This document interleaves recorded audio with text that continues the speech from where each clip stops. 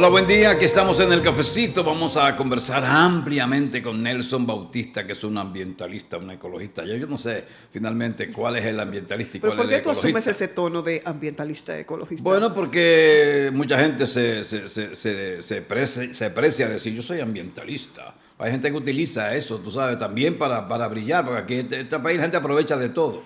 Y entonces yo nunca he sabido, finalmente, ni Nelson me lo ha podido explicar bien claro, cuál es el ambientalista y cuál es el ecologista. Él no me lo ha sabido explicar.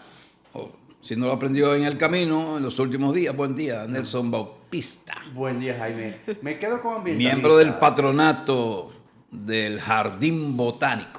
Entre otras cosas. Entre otras cosas. Eso es un concepto muy simple. Los ecologistas es una ciencia, la ecología es una ciencia y por tanto, para ser ecologista hay que estudiar todo lo que tiene que ver con eso. Los ambientalistas simplemente somos personas que somos afines a la protección de la naturaleza y al cuidado del medio ambiente y por tanto hay más ambientalistas que ecologistas. En este país ya quedan pocos ecologistas, de hecho. Ah, bueno, entonces yo soy un ambientalista también.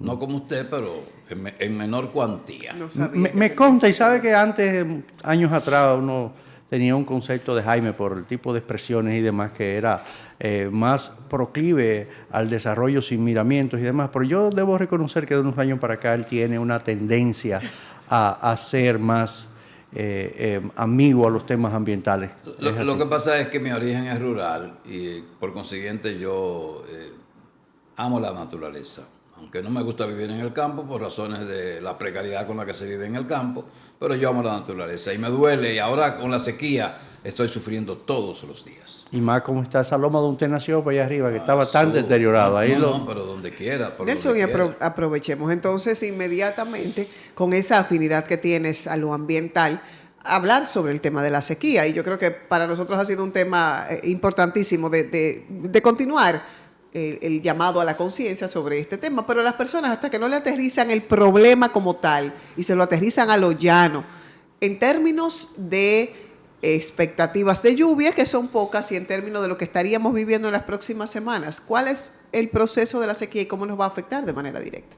Mira, nuestro país está atravesando por lo que llamamos una sequía estacionaria. Es una sequía que se da todos los años, normalmente entre diciembre y abril. Este año tiene un aderezo adicional y es que los fenómenos conocidos como la niña y el niño estamos en una transición hacia el niño. Años normalmente más secos que las aguas del Océano Pacífico que inciden en la parte del Caribe, ¿verdad? Del Caribe insular, pues está en plena actividad. Por tanto, este año pinta ser más seco, por ejemplo, que el anterior. De todas formas, esta semana se prevé que una vaguada podrá traer algo de lluvia. Y como dice Jaime, a veces esas son lluvias apenas para refrescar, no son las lluvias que llenan necesariamente embalses. Penosamente, nuestro país en los últimos años solamente está teniendo lluvia suficiente para llenar embalses cuando vienen fenómenos naturales más fuertes, como los huracanes, por cierto, que traen más daño, pero también son los que llenan los embalses. Y esto viene dado básicamente por un problema en nuestros bosques de montaña. Cuando a las personas le colocamos la palabra estacionaria, nos confiamos y entendemos que como es un proceso que pasará, pues los efectos también así será. Sin embargo, se habla de que los efectos de esta sequía se prolongarán más allá incluso de momentos en que no llueva, en términos agrícolas, en términos alimentarios. ¿Cuáles pudieran ser las repercusiones a largo y mediano plazo? Mira, lo que tenemos un poquito más de edad, sabemos que tradicionalmente este país ha tenido épocas altas y bajas en el tema de la pluviometría o la cantidad de lluvias que cae. Y en ese tenor la gente del campo se preparaba y de hecho muchos de los fuegos actuales se deben a que antes la gente se preparaba entre marzo y abril para quemar montes para después sembrar habichuelas con la lluvia de abril y mayo.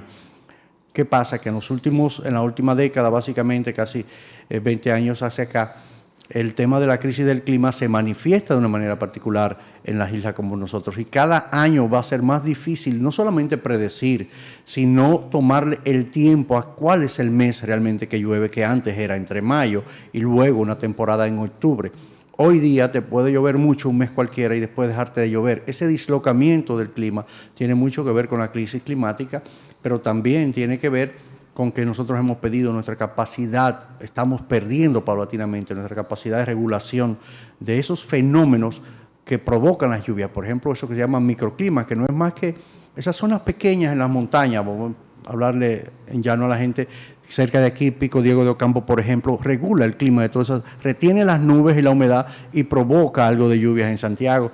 En las montañas altas como Jarabacoa, Constanza, San José de la Mata también se da ese fenómeno, y el Parque Nacional de los Haitises por igual. Todas esas montañas acusan un nivel de deterioro que ya han perdido una buena parte de su poder de regulación del régimen de lluvias. Pero yo creo que sería bueno aclarar, porque uno de mis profesores en ecología me decía hace unos años que, contrario a lo que mucha gente cree, las lluvias probablemente siguen siendo las mismas. Porque hay gente que asocia la lluvia a la deforestación, que no llueve porque está deforestado. Y él decía, no, las lluvias pueden ser siempre las mismas, no importa que haya foresta o no. La diferencia es que la foresta, o sea, la vegetación, acoge el agua y permite que los ríos se mantengan con agua, porque el agua no se evapora, no se pierde el agua, sino que se queda en esa vegetación. Me gustaría que usted, que es el que sabe, el ecologista de verdad, yo soy de relajo, me diga sobre eso. Jaime, quien te dijo eso tiene razón, pero le falta un pequeño capítulo. Es cierto que las lluvias, el agua sobre el planeta completo es la misma siempre, no hay más ni menos agua. La diferencia está en cómo se distribuye. Entonces resulta que para que haya lluvia sobre un territorio normalmente hay toda una ciencia que tiene que ver con eso, que la meteorología, las ciencias que miden el tema del clima y del tiempo.